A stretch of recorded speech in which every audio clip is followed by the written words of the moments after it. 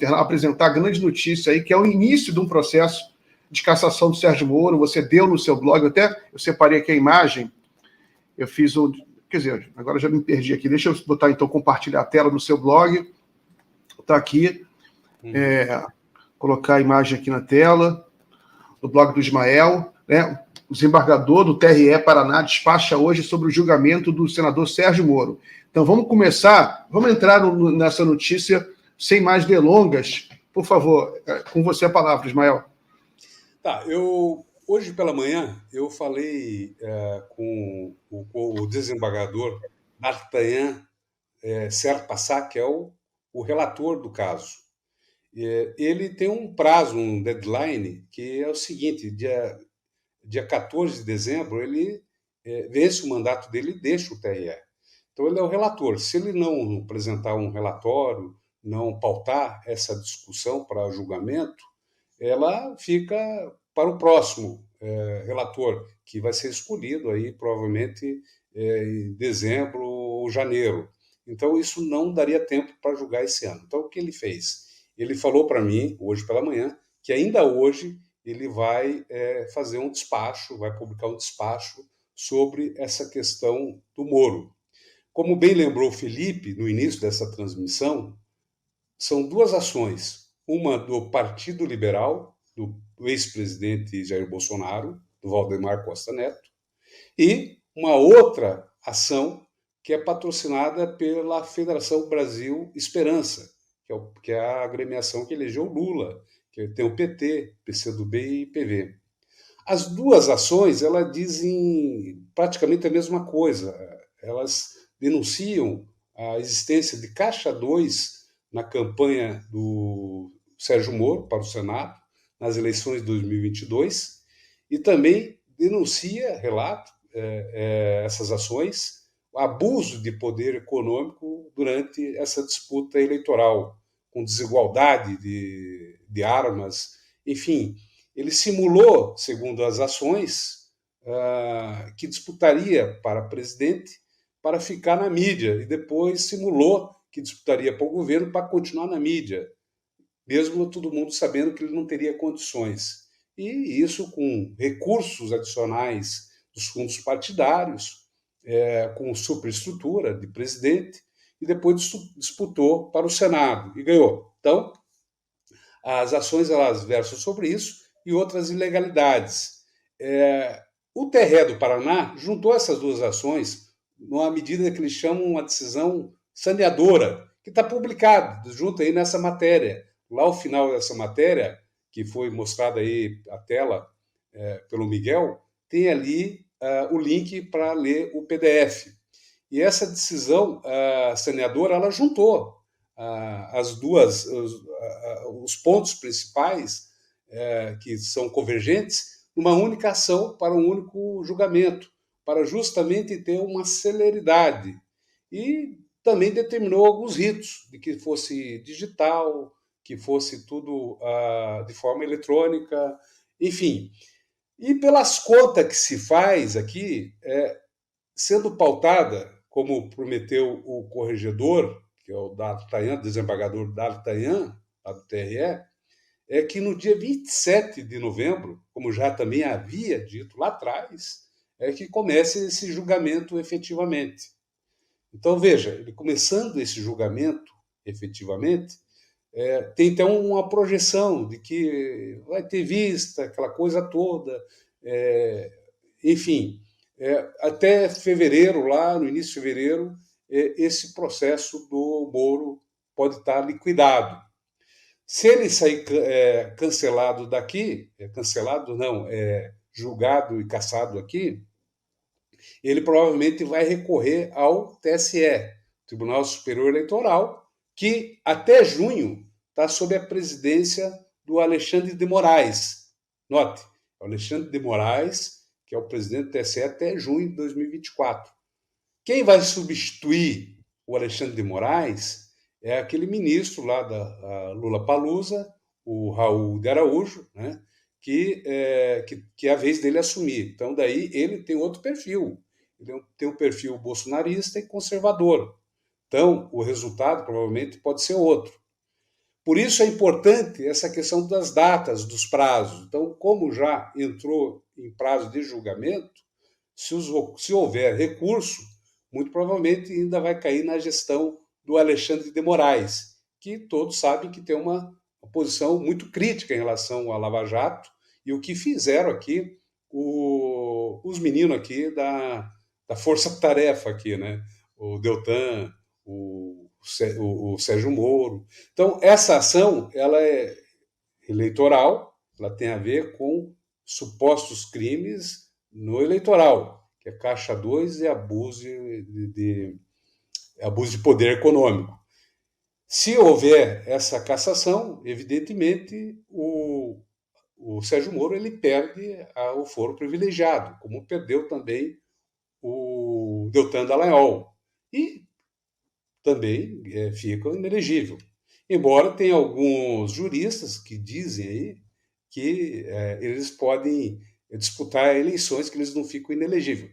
Bom, jurista sabe que existe para tudo, né? Inclusive eu também sou jurista, eu sou advogado, então eu posso também defender uma tese, mas o que diz a lei é que eles não podem, tanto é que foram caçados, né? O Deltan foi caçado, né? E ele foi caçado com base na lei da ficha limpa, não é isso? É Então, isso aí. então é Ismael, isso que diz a lei. Então, são sete membros do tribunal, tá? Só para vocês terem uma ideia. São 7 membros do Tribunal Regional Eleitoral. São 4 nomes do Tribunal de Justiça do Paraná.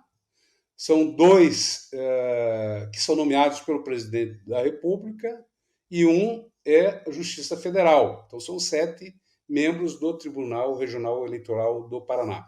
Então, essa é a composição plena. Daí você me diz, mas daí como é que é essa composição? Olha, não sei, porque a carreira jurídica ela é muito.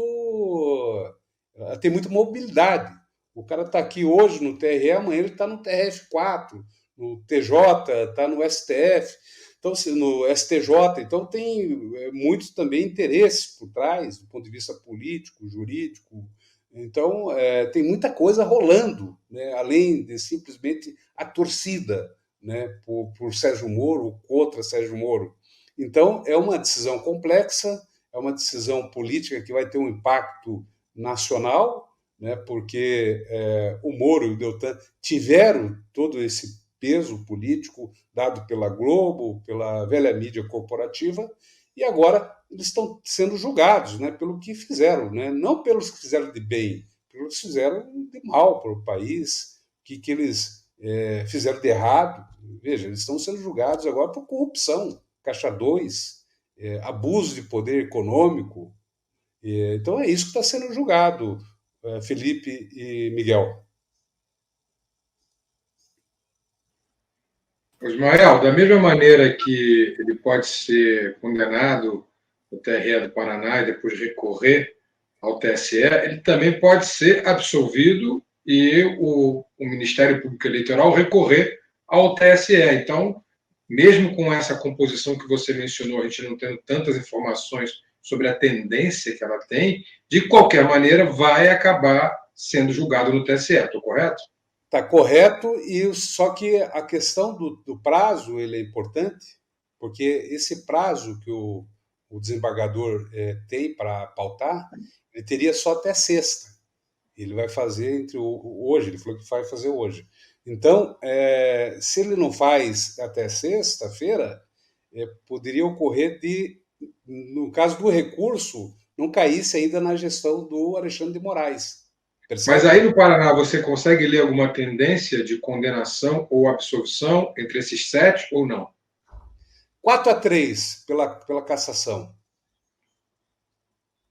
Tá, isso aí é uma leitura pessoal de cada juiz, de acordo com a tua percepção. Eu penso que vai ser 4-3 aqui no resultado pleno daqui. Sai caçado daqui. Mas pode ser que eles mudem, pode ser que não seja isso. E pode ocorrer que eles perdendo ou ganhando aqui, haja recurso de lado a lado. Né? E até hoje, pelo menos, há uma tendência do TSE caçar o Moro, como caçou o Deltan. Lembro que o Deltan aqui foi absolvido aqui no Paraná pelo TRE, e o TSE cassou por unanimidade. Então já há um desenho nesse sentido. Já espera que isso ocorra no TSE. E tem um fator político também que talvez seja importante, Ismael. Aí não tiver a sua opinião. Muito. Porque não, é a vaga que vai abrir, né? Que tem gente na direita e na esquerda interessado. Não, na verdade, se abrem duas frentes políticas, tá? Uma primeira é o seguinte: se o Sérgio Moro ele sobreviver a essa cassação, ele já se coloca como candidato ao governo do Paraná. Então, veja, quem é o governo do Paraná? O governo do Paraná é o que indica os desembargadores do TJ do Paraná, é o TJ que indica os representantes da Justiça Eleitoral e assim por diante. Então, você mexe com outras forças, né? E também tem a eleição suplementar. Se houver a cassação, o TRE vai marcar uma eleição suplementar, né, para o Senado da República. Então você tem daí, dependendo do prazo que for marcado, interinamente deve assumir o segundo colocado, que é o Paulo Martins, que foi deputado pelo PL, Partido Liberal, que é o partido do Bolsonaro. Mas só que daí abre a guerra pela vaga. Então, tem vários de olho nessa vaga. Até se falou bastante aí que o Bolsonaro quer que a Michele Bolsonaro dispute aqui a vaga pelo Senado com apoio do governador Ratinho Júnior, que tem ambições nacionais. Ele também quer fazer um flerte com o bolsonarismo aí, pensando aí na sucessão do Lula. Porque que ele calcula, olha, o Lula não vai fazer um governo bom, vai ser um desastre na economia. Então, daí abre possibilidade de eu voltar na garupa do Bolsonaro. Então, é uma leitura. Ele faria esse gesto aqui com a Michele e teria as graças do bolsonarismo. Então, é uma primeira leitura.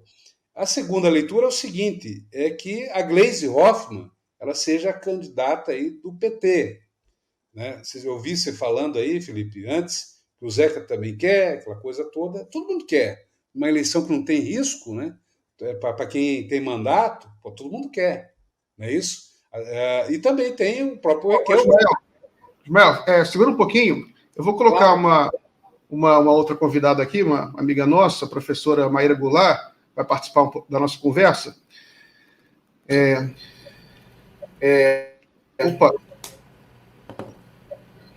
Opa, tem um eco aí. Tô aqui. Tem um Maíra, você está com dois dispositivos ligados? Maíra, você está com dois dispositivos ligados? Não pode. Possivelmente é o YouTube, Maíra. Você deve estar com o canal do YouTube também funcionando.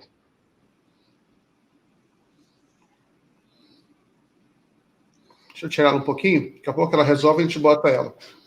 Desculpa, então, pode... Eu queria só fazer uma observação para o Ismael, é que, pelos prazos que você está dando, possivelmente essa eleição para o Senado vai acabar sendo junto com a eleição para a Prefeitura de Curitiba. Então, talvez isso acabe acomodando algumas forças. Por exemplo, você falou entre o Zeca e a Gleisi. Talvez um possa concorrer ao Senado e outro à Prefeitura. E ainda tem o Requião, que é uma força também muito grande no Paraná. Então, a gente vai ter pelo menos duas vagas para três. Só um segundo, deixa eu só apresentar a professora, a Maíra aqui, receber ela, dar as boas-vindas para ela.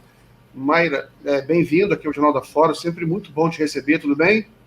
Oi, gente, boa tarde, desculpa, eu entrei sem o fone, toda vez dá eco quando eu tô sem fone, perdão. Olá, Maíra, tudo bem? É Maíra, gente, pelo amor de Deus, eu preciso corrigir meu nome. Boa tarde, Maíra. Boa tarde. Boa tarde. O Ismael estava completando o raciocínio, daqui a pouco eu passo para a Maíra. Por favor, Ismael. Então você tem a possibilidade de ter uma eleição casada, como está falando aqui o Felipe. É isso. Pode ocorrer de ter. Agora, o PT analisa aqui que pode ser ruim ser casado, do ponto de vista político. Né? Você ter um plebiscito combinado, né? Que tem uma dimensão nacional, né? A disputa suplementar para o Senado aqui, junto com uma eleição de prefeito. Então, eles valiam que pode não ser muito bom. Mas, por outro lado, é isso. Você tem daí eles possibilidades. Pode o Zeca disputar? Pode. que até agora ele não fez a transferência do título, né? Você precisa de um requisito básico que precisa estar alistado no local. Então, o Zeca não está. Tem também a possibilidade aqui do Requião, né, de disputar o Senado. Ele falou para mim que quer disputar o Senado. A Gleisi também quer. Eu imagino que a Gleisi ela tenha mais força para essa disputa. Estou falando do ponto de vista interno do partido, tá? Não estou falando eleitoralmente. Internamente, até porque ela é presidente nacional do PT, né?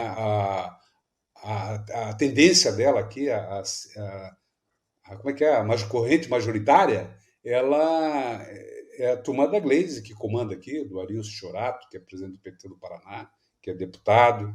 E o Requião não está, né? Assim, ele é aliado, mas ele não está organizado nessas correntes, né? Então, por isso que eu imagino que para o Requião disputar essa do Senado é mais difícil. Agora, para a prefeitura, se ele se manifestar, é capaz de conseguir, né, de disputar a prefeitura de Curitiba. Mas a tendência aqui é o PT fazer uma frente ampla, como eles falam, junto com o ex-prefeito Luciano Dutti, que é do PSB, Partido Socialista Brasileiro, que teria daí o PSB, PDT e a federação, que é o PT, PV e PCdoB. Então seria essa frente que estaria que está se desenhando.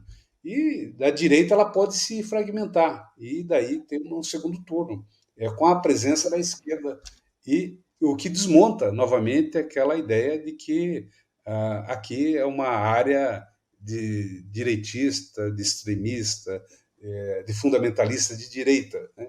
É só acertar a composição dos partidos, das forças dos partidos, e fazer a disputa de gente grande. Maravilha. Vou passar a palavra para a Maíra. Deixa eu só fazer um comentário sobre essa questão de Curitiba, se é terra de direito, reacionário, que eu falei República de Curitiba, eu falei de brincadeira, mas, Ismael, você tem absoluta razão. Acho que a gente deve ter muito cuidado de ter uma visão fatalista. Tal região já é da direita para sempre. Eu acho que as coisas mudam. Eu até falei uma vez aqui, acho que a Maíra estava quando eu já falei várias vezes aqui. Santa Catarina foi o estado que mais deu voto para o Lula, proporcionalmente, em 2002. Santa Catarina. No Rio Grande do Sul, já teve vários governos de esquerda. Porto Alegre, vários governos de esquerda. O Paraná teve 2 vezes o Requião, o governador, vários senadores. 3, né? 3 vezes. Então, pelo amor de Deus, nada é estático. Em política nada é estático. Só queria fazer essa observação, passar para a professora Maíra. Maíra, essa notícia, vou até colocar de volta a manchete aqui, que o Ismael trouxe aqui, que já começou um processo ainda burocrático, né, mas deve começar hoje, a gente vai esperar a confirmação, mas a gente tem essa informação, queria começar hoje, está esperando, que no TRE, no Tribunal Regional Eleitoral do Paraná, vai começar o processo de cassação do Moro. Isso o processo não é novidade, todo mundo sabe, está na boca e todo mundo sabe. Né? Há uma data já, porque pode ser dia 27 de novembro, que pode haver o julgamento, e que ele teria tempo de recorrer até junho para o TSE. Né? Quer dizer, até junho, o Alexandre de Moraes continua presidente do TSE até junho, então seria o período mais provável que poderia vir a ser cassado. Mas, enfim, a pergunta é: o que você acha que muda isso, esse processo de cassação do Moro, o que impacta aí no debate político nacional? Bem, boa tarde novamente todo mundo. Eu acho que essa discussão, ela deve ser entendida num quadro geral em que o governo deseja uma volta à normalidade após os anos de excepcionalidade que foram os anos Temer-Bolsonaro, em que houve uma ruptura democrática, um esgarçamento do Estado de Direito, e isso precisa ser feito sem que passe a impressão de revanchismo e, mais do que isso, sem que que contrarie aquilo que eu acredito ser, a gente também já conversou sobre isso, a aposta do governo Lula 3, que é uma aposta em desativar a polarização para, mediante uma melhoria nas condições de vida da população, retomar segmentos que haviam sido arrebanhados para a direita, para o conservadorismo, para o bolsonarismo, sem serem essencialmente, porque essencialmente é isso que vocês estavam discutindo antes, eu me alinho muito nessa perspectiva que o Miguel estava apresentando, não são só regiões que não são necessariamente conservadoras, bolsonaristas ou de direita, também os segmentos sociais, né? Quando a gente pensa os evangélicos, os religiosos, os liberais em termos econômicos, as relações de força em termos ideológicos, elas não são essências, elas são mutáveis e são sujeitas a transformações ao longo do tempo. Por isso que eu acredito que a aposta mais determinante desse governo Lula 3 foi em desacelerar, desativar a polarização, colocando de lado, pelo menos secundarizando, temas que fossem identificados como acirradores da polarização. Isso por um lado, mas por outro, é necessário que você não só retome o Estado de Direito, mas também evite, crie mecanismos de punição e reflexão para evitar novos processos de ruptura democrática. O Moro, ele entra num rol, né, de ameaças à democracia que passam pelo judiciário enquanto ferramenta de um processo de esgarçamento do Estado de Direito em nome de um projeto político. Então, caçar o Moro ou refletir sobre o papel do Moro nos últimos anos é muito importante, não para reativar revanchismos, não para fazer uma caça às bruxas, mas principalmente para proteger o país de novas ameaças. Ameaças a quê? Não a um projeto político único, à esquerda, mas a qualquer iniciativa que bloqueie as decisões da soberania popular, porque é disso que se trata. A principal manifestação, né, do nosso povo, o lugar onde ele exerce o poder, é através das eleições. E o que esse grupo, né, para o qual o Sérgio Moro foi um artífice, fez foi tentar obstaculizar essa soberania popular de se manifestar, seja derrubando uma presidenta eleita, seja evitando que um candidato com maiores intenções de voto fosse de fato candidato ao pleito de 2018. Então, essa é a minha leitura sobre esses fenômenos. Muito bem. Felipe, algum comentário para acrescentar?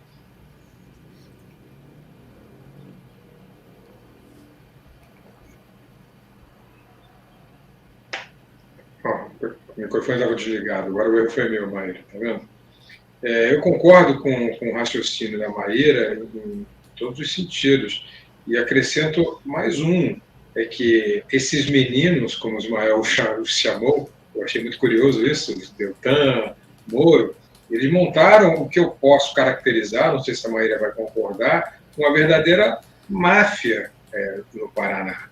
Máfia no sentido amplo da palavra, porque a gente tem dinheiro envolvido aí, a gente tem tentativa de desvio de recursos, a gente tem malversação de recursos. Eu sempre digo que me impressiona muito chegar a Curitiba, como eu chegava muitas vezes, e encontrar aquele outdoor, né, como eles fossem justiceiros, com os braços cruzados, e ali Deltan e Moro à frente, e os procuradores ali por trás.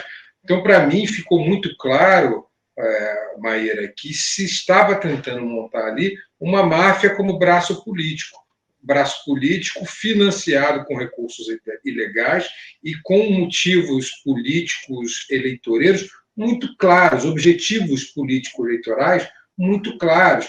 É por isso que é tão importante, Ismael, que esse julgamento tenha sido pautado no TRE logo. E é muito importante que, assim como o Deltan foi um exemplo, o Moro também seja esse exemplo. E aí, de novo, como a Maíra disse, não se trata de um revanchismo, se trata da justiça sendo feita para que nunca mais aconteça de uma máfia montada a partir do judiciário, de um conluio entre o Ministério Público, né, e o juiz de um caso, o juiz de uma vara federal, aconteça de se fazer, de se tentar empreender um projeto político eleitoral. Acho que essa é a grande lição.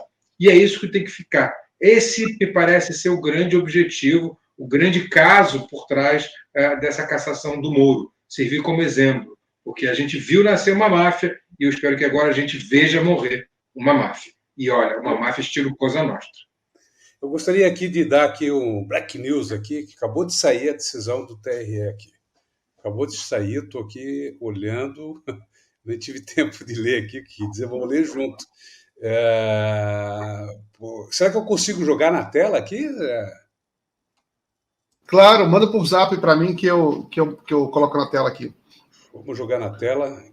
Então, só um segundinho, deixa eu salvar aqui o texto. É tudo ao vivo. Vai lendo com calma aí. Não, já vou fazer assim, te dou um minutinho. Aí, enquanto você vai lendo, enquanto eu leio um comentário aqui, agradeço o pessoal, você vai lendo aí e me manda por zap. É o tempo certinho para eu ler os comentários. Tá, eu estou salvando aqui antes, tá? Tá. Deixa eu ler aqui, tem um superchat da Márcia Godoy. As cigarras em Brasília já comemoram a cassação do Marreco. E a segunda, Nossa, Felipe, essa palavra não consigo falar essa palavra. Inelegibilidade do inelegível. Exato. Trava-língua, né? Eu não sei porquê, acho que algum problema Um tigre, neurológico. 2 tigres, Palavra... 3 tigres, Miguel. Não, eu sei. Deixa então, pessoal, é muito importante deixar um superchat aí, um super stick aqui para o jornal. E eu tenho uma surpresa também, eu vou receber um convidado surpresa às 18 horas.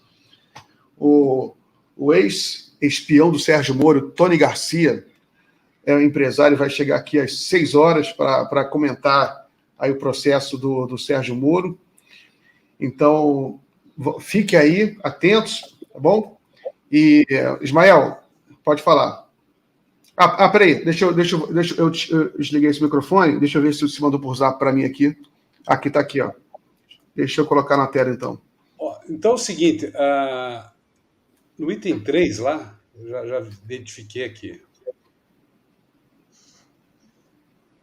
Consegue jogar ali o item 3? Consigo. Deixa eu vou fazer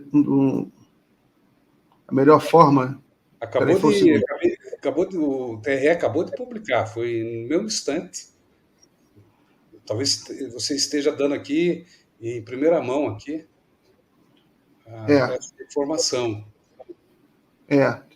Aqui uma dica da Ilhames Graca. Uma dica, Miguel. Fale inelegibilidade. Boa. Inelegibilidade. Perfeito. Deixa eu colocar na tela aqui. Está aqui. Vai lá no item 3. Vai lá no item 3. Vamos começar lá no item 3. Feitas todas as considerações, passo a adotar as providências para a produção da prova oral. Ou seja, começou o julgamento, tá? Então é isso que o cara está dizendo aqui. Então, daí que ele diz lá, aqui ele tem um cronograma. Para a oitiva de cada uma das testemunhas ficam designadas as respectivas datas e horários. 25 de outubro, é agora, tá? Começou agora, 25 de outubro. Então, tem lá um rol de pessoas arroladas. 26 de outubro, daí tem outro rol de pessoas. E 27 de outubro, então aí vai. Deixa eu ver o que mais temos aqui. Assim, pronto, assim fica maior, assim dá para ler. Tá aí. Onde é que você quer que eu pare? Onde é que você quer que eu pare? Vamos lá, o seguinte, ó, ele fala aqui na decisão, tá? A decisão, ele descreve o que é e tal, quem entrou. Daí 2, decido, tá vendo? 2, decido. Em relação ao oral, enfim, ele diz como vai ser o rito aqui ele chamou o Dallagnol para ser testemunha dele. Logo o cara que foi caçado. Chamou o Dallagnol. Olha aí. Murilo Hidalgo, que é o gerente lá o dono do Paraná Pesquisas. Exatamente. Decido, intime-se. Então, começou o processo, né? A notícia é essa, que começou o processo. Começou o processo, tá? Então, ele teve início aqui, o processo, e daí, como tem 30 dias daí para esse julgamento, dia 27 de novembro deve ir para plenário, tá? É mais ou menos essa conta que a gente tem que ter em mente. É um pouco que a gente estava falando já.